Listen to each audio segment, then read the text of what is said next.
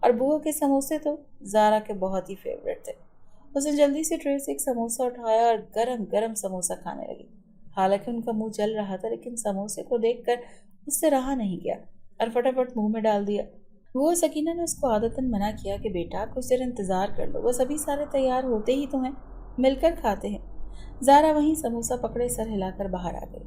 باہر لان میں بیجان، فارا اور سارا تینوں بیٹھے ہوئے تھے۔ زارا بھی وہیں پر چلی آئی جہاں پر ایک نئی بحث چھڑی ہوئی تھی۔ سارا بیجان سے کہہ رہی تھی کہ اسے مارکیٹ جانا ہے اور کچھ کپڑے ضروری چیزیں خریدنی ہیں، جبکہ بیجان اسے منع کر رہی تھی کیونکہ اس نے پچھلے مہینے ہی کافی سارے تو کپڑے بنائے تھے جن میں سے بھی آدھے بھی اس نے نہیں پہنے تھے۔ لیکن سارا کو کپڑوں کا بہت شوق تھا اور وہ نت نئے ڈیزائن کے کپڑے بناتی اور پہنتی رہتی تھی، جبکہ زارا اور فارا کو اتنی شوقین مزاج نہیں تھے۔ وہ اکثر سارا کے کپڑے ہی لے کر پہن لیتی تھی، جن کے اوپر سارا کو بھی کوئی اعتراض نہیں تھا۔ مسئلہ روپے پیسے کا نہیں تھا، مسئلہ یہاں سے شہر جا کر شاپنگ کرنے کا تھا، اور یہاں سے اچھا خاصا وقت لگ جاتا تھا۔ تقریباً سارا دن کی خواری تھی اور بیجان کبھی بھی بیٹیوں کو اکیلا ڈرائیور کے ساتھ اتنی دور بھیجتی نہیں تھی۔ وہ ہمیشہ یا تو خود جاتی تھی یا آغا جان ان کے ساتھ جاتے تھے۔ ابھی بھی سارا کی ضد کے آگے وہ خود کو بے بس محسوس کر رہی تھی، کیونکہ انہوں نے ان تینوں کو بہت ناز و نوم سے پالا تھا۔ قریب تھا کہ بیجان اقرار کر ہی لیتی کہ اچانک سارا زور سے چلا اٹھی اور ایک دم بھاری اور بھیانک آواز میں بولی، میں کب سے کہہ رہی ہوں تجھے شرم نہیں آتی؟ بار بار مجھے انکار کر رہی ہے، میں خود چلی جاؤں گی۔ سارا کی اتنی بھاری اور بھیانک آواز سن کر تو وہ تینوں دہشت زدہ رہ گئیں۔ بیجان کی آنکھوں میں خوف نظر آ رہا تھا، جبکہ زارا اور فارا بھی شدید خوف زدہ اور حیرت زدہ نظر آ رہی تھیں۔ زارا نے پھر بھی سارا کو غصے سے کہا، سارا یہ تم کیا کہہ رہی ہو؟ اس طرح کوئی بیجان سے بات کرتا ہے؟ لیکن سارا پر کوئی اثر نہیں ہوا۔ وہ دوبارہ اسی طرح بھاری اور بھیانک آواز میں بولی، خبردار، خبردار، جو مجھ سے کسی نے بات کی یا مجھے کسی نے روکا تو مجھ سے برا کوئی نہیں ہوگا۔ یہ کہتے ساتھ ہی سارا ایک دم تیزی سے اندر بھاگ گئی۔ وہ تینوں وہاں پر خاموش بیٹھی کی بیٹھی رہ گئیں۔ ان میں تو اتنی ہمت بھی نہیں تھی کہ ایک دوسرے سے پوچھ ہی لیتی کہ یہ سب کیا ہے۔ اچانک سارا کا یہ رویہ اور اس طرح کی آواز ان تینوں کو خوف میں مبتلا کر رہی تھی۔ وہ سکینہ سموسے اور چائے کی ٹرے اٹھا کر چلی آئی، لیکن اب تینوں میں سے کسی کا بھی دل نہیں چاہ رہا تھا کہ وہ ان چیزوں سے لطف اندوز ہو سکیں۔ تینوں ماں بیٹیاں وہاں بیٹھی رہ گئیں اور سموسے ٹرے میں پڑے پڑے ٹھنڈے ہوتے رہے۔ ان تینوں کو بیٹھے کچھ دیر ہی گزری تھی کہ سارا دوبارہ واپس آئی۔ اس نے ٹرے میں پڑے سموسے دیکھے تو اس کی آنکھیں جیسے چمک اٹھی۔ حالانکہ وہ تو سموسے اتنے شوق سے نہیں کھاتی تھی، لیکن اس نے تو دونوں ہاتھوں سے سموسے اٹھا کر کھانا شروع کر دیے۔ وہ ایک کے بعد ایک سموسہ اٹھا کر جیسے منہ میں ٹھونس رہی تھی۔ وہ تینوں حیرت سے اس کی طرف دیکھ رہی تھی کہ یہ کس طرح کی حرکتیں کر رہی ہے، لیکن سارا اسی طرح دونوں ہاتھوں سے مسلسل کھاتی رہی جب تک سموسے ختم نہیں ہو گئے۔ چائے کو دیکھ کر اس نے چائے کی کیتلی کو ہی منہ لگا لیا اور گرما گرم چائے اپنے اندر انڈیلنے لگی۔ وہ ساری چائے پی گئی۔ اب وہ ادھر ادھر دیکھ رہی تھی جیسے کچھ اور کھانے کو مانگ رہی ہو۔ بیجان کی آنکھیں تو حیرت سے پھٹی کی پھٹی رہ گئی، جبکہ زارا اور فارا بھی ششدر بیٹھی رہ گئی تھی۔ اس کے بعد سارا نے پھر بھاری آواز میں تیز انداز میں پوچھا، کچھ اور کھانے کو ہے؟ لیکن زارا نے نفی میں سر ہلا دیا۔ سارا تیر جیسی تیزی سے اندر کی طرف چلی گئی۔ وہ تینوں خاموشی اور حیرت سے اسے جاتا دیکھ رہی تھی۔ پھر فارا نے اس خاموشی کو توڑا اور بیجان سے کہا کہ بیجان، یہ سارا کو کیا ہوا ہے؟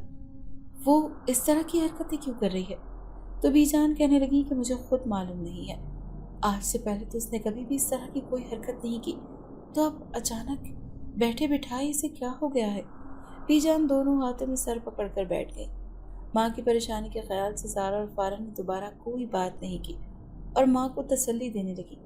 ابھی وہ تینوں ادھر بیٹھی ہی تھی کہ اندر سے بوا سکینہ کے چلانے کی آوازیں آنے لگی۔ بوا سکینہ اونچی اونچی چیخ رہی تھی۔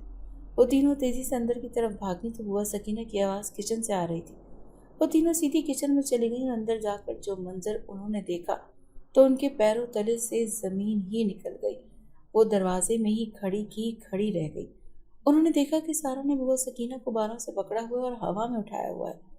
بوا سکینہ ہوا میں لٹک رہی تھی، جبکہ سارا پاس کھڑی اسے غصے سے گھور رہی تھی۔ کچھ دیر حیرت میں مبتلا رہنے کے بعد بیجان نے زوردار آواز میں سارا کو مخاطب کیا اور کہا، سارا، یہ کیا حرکت ہے؟ بوا سکینہ کو چھوڑو۔ لیکن سارا ٹس سے مس نہ ہو۔ بیجان نے پھر اسے کہا کہ بوا سکینہ کو نیچے اتارو۔ یہ تم کیا کر رہی ہو؟ سارا کیوں تم اس طرح کی حرکتیں کر رہی ہو؟ بی جان کی بے بسی بھرے انداز پر سارا نے غصے سے مڑ کر دیکھا اور پھر گردن ٹیڑھی کر کے اپنی لمبی ساری زبان باہر نکالی اور اسے پھنکارنے لگی جیسے کوئی سانپ پھنکارتا ہے۔ زارا تو ڈر کے مارے پیچھے ہٹ گئی، جبکہ بی جان ششتر سی وہیں پر کھڑی کی کھڑی رہ گئی۔ ان سے تو ہلا بھی نہیں جا رہا تھا۔ سارا نے پھر اچانک ایک دم بوا سکینہ کو نیچے زمین پر پٹخ دیا۔ بوا کی ایک زوردار چیخ بلند ہوئی۔ انہیں شدید چوٹ آئی تھی اور اس کے بعد سارا وہاں سے چلی گئی اور نہ جانے کہاں غائب ہو گئی۔ اس وقت ان تینوں کو سارا کی پرواہ بھی نہیں تھی۔ انہیں بوا سکینہ کی فکر تھی جو اتنی زور سے زمین پر پٹخی گئی تھی کہ شاید ان کی ایک آدھی ہڈی تو ٹوٹ ہی گئی ہوگی۔ زارا نے اسی وقت ہوٹل فون کر کے آغا جان کو ساری صورتحال کے بارے میں بتایا، لیکن سارا والی بات وہ چھپا گئی اور یہی کہا کہ بوا کچن میں کام کرتے ہوئے سلپ ہو گئی ہیں۔ آغا جان نے اسی وقت ڈرائیور اور گاڑی بھیج دیا اور وہ ماں بیٹی اسے اسپتال لے گئی۔ بوا سکینہ کے کولے کی ہڈی ٹوٹ گئی تھی اور انہیں اب کچھ دن اسپتال میں رہنا تھا۔ بوا سکینہ کی طرف سے تھوڑی پریشانی کم ہوئی تو انہیں سارا کی فکر نے گھیر لیا۔ وہ تینوں پریشان ایک دوسرے کا ہاتھ تھامے وہاں بیٹھے ہوئے تھیں۔ تینوں کی آنکھوں میں خوف اور فکر تھا۔ نہ جانے سارا کہاں تھی اور کدھر تھی اور کس حال میں تھی، اور اس کے ساتھ یہ سب کچھ کیا ہو رہا تھا؟ وہ کیوں ایسا کر رہی تھی؟ تینوں کے ہاتھ میں کوئی سرا نہیں آ رہا تھا۔ بہو سکینہ کی جب بیٹی اور داماد چلے آئے تو یہ تینوں ماں بیٹیاں بھی واپس آ گئی۔ گھر آ کر گھر کا ایک ایک کونا چھان مارا، لیکن سارا کا کچھ بھی پتہ نہیں چلا۔ بی جان پریشانی سے ٹی وی لاؤنج میں آ کے بیٹھ گئی، جبکہ وہ دونوں بھی بی جان کے ارد گرد بیٹھ گئی اور بی جان کو تسلی دینے لگی اور کہنے لگی کہ فکر مت کریں بی جان، سارا یہیں کہیں پہ ہوگی، ابھی آ جائے گی۔ لیکن جیسے جیسے رات ہو رہی تھی بی جان کی فکر پریشانی میں ڈھلتی جا رہی تھی۔ آغا جان بھی آ چکے تھے۔ ان کی عادت تھی کہ آتے ہی وہ سب سے پہلے تینوں بیٹیوں کو ملتے تھے، لیکن اس وقت سارا اور فارا تو سامنے ہی موجود تھی، جبکہ سارا نظر نہیں آ رہی تھی۔ انہوں نے سارا کے بارے میں پوچھا تو وہ دونوں ایک دوسرے کو دیکھ کر رہ گئیں۔ ان کی شکل پر پریشانی دیکھ کر آغا جان نے ان سے دوبارہ سارا کے بارے میں پوچھا اور کہا کہ مجھے سچ سچ بتاؤ کہ کہاں ہے سارا، اور وہ مجھ سے ملنے کیوں نہیں آئی؟ زارا نے ہمت کر کے آغا جان کو آج کے واقعے کے بارے میں سب کچھ بتا دیا۔ یہ سب کچھ سن کر وہ خود بہت زیادہ پریشان ہو گئے اور بی جان سے استفسار کرنے لگے کہ سارا کہاں پر ہے، کیا آپ نے اس کو اس وقت ڈھونڈا نہیں تھا؟ لیکن بی جان رونے لگی اور کہنے لگی کہ میں نے تو ہر جگہ پر اسے دیکھ لیا، لیکن وہ کہیں پر بھی نظر نہیں آئی۔ اب نہ جانے میری بیٹی کس حال میں ہوگی، اس کے ساتھ یہ سب کیا ہو گیا ہے؟ بی جان پھوٹ پھوٹ کر رونے لگی تو زارا اور فارا ماں کے پاس آ گئیں، انہیں تسلی دینے لگی۔ خود ان کی آنکھوں سے بھی آنسو بہہ رہے تھے۔ آج تک انہوں نے کبھی غم اور پریشانی کا سایہ بھی نہیں دیکھا تھا، جبکہ اب اچانک اس طرح سارا کی غیر معمولی حرکات اور اس طرح اس کا اچانک غائب ہو جانا ان کے لیے کسی بڑے صدمے سے کم نہیں تھا۔ آغا جان نے اسی وقت پولیس کو بلا لیا۔ پولیس نے سارے گھر کی تلاشی لی اور تینوں ماں بیٹیوں کے بیان ریکارڈ کیے۔ ہسپتال جا کر بوا سکینہ سے بھی پوچھ گچھ کی۔ پولیس نے اپنے طور پر ہر ممکن کوشش کی، لیکن سارا کا کہیں بھی پتہ نہیں چلا تھا۔ جیسے جیسے وقت گزرتا جا رہا تھا ان کی ہمت ختم ہوتی جا رہی تھی۔ وہ تینوں ایک دوسرے سے نظر چرائے بیٹھی رہی اور اسی طرح صبح ہو گئی۔ پولیس نے اپنے طور پر جتنی بھی کوشش کی تھی وہ سب ناکام رہی اور انہیں کہیں سے بھی کوئی سراغ نہیں ملا۔ اسی لیے پولیس نے ان کو تسلی دی کہ یہی کہا کہ ہم اپنی پوری کوشش کر رہے ہیں، جیسے ہی کچھ پتہ چلے گا ہم آپ کو بتا دیں گے۔ آغا جان تو جیسے ایک رات میں ہی بوڑھے ہو گئے تھے، ان کی ہمت بالکل ہی ختم ہو گئی تھی اور بی جان کی رو رو کر آنکھیں سوج چکی تھی۔ صبح زارا نے چائے بنا کر ان دونوں کو دی اور ساتھ ناشتہ بھی دیا، لیکن ان دونوں نے کسی ایک بھی چیز کو ہاتھ نہیں لگایا۔ زارا نے زبردستی ان کو تھوڑا تھوڑا کھلایا اور چائے پلائی۔ آغا جان پھر اپنے طور پر سارا کو ڈھونڈنے وادی میں نکل کھڑے ہوئے، لیکن ساری وادی گھوم لینے کے بعد بھی انہیں کہیں سے بھی سارا کا پتہ نہیں چل رہا تھا۔ آغا جان سارا دن ادھر ادھر مارے مارے پھرتے، شام کو گھر واپس آ گئے، لیکن انہیں نہیں پتا تھا کہ مصیبت نے ان کے گھر کا راستہ دیکھ لیا ہے۔ وہ گھر میں داخل ہوئے تو ایک عجیب سی خاموشی اور دہشت نے ان کا استقبال کیا۔ ان کے دل کو جیسے کچھ ہونے لگا۔ یہ گھر جو کل تک خوشیوں کا گہوارہ رہا تھا آج غم میں ڈوبا ہوا نظر آ رہا تھا۔ ایسا لگ رہا تھا جیسے کوئی بہت بڑا سانحہ رونما ہو چکا ہو۔ آغا جان گھر کی خاموشی اور وحشت سے گھبرا کر زور زور سے ان سب کو آوازیں دینے لگے۔ فارا، زارا، کہاں ہو تم سب لوگ؟ آغا جان کی آواز سن کر فارا اور بی جان چلی آئیں۔ کیا ہوا؟ آپ اتنے پریشان کیوں ہیں؟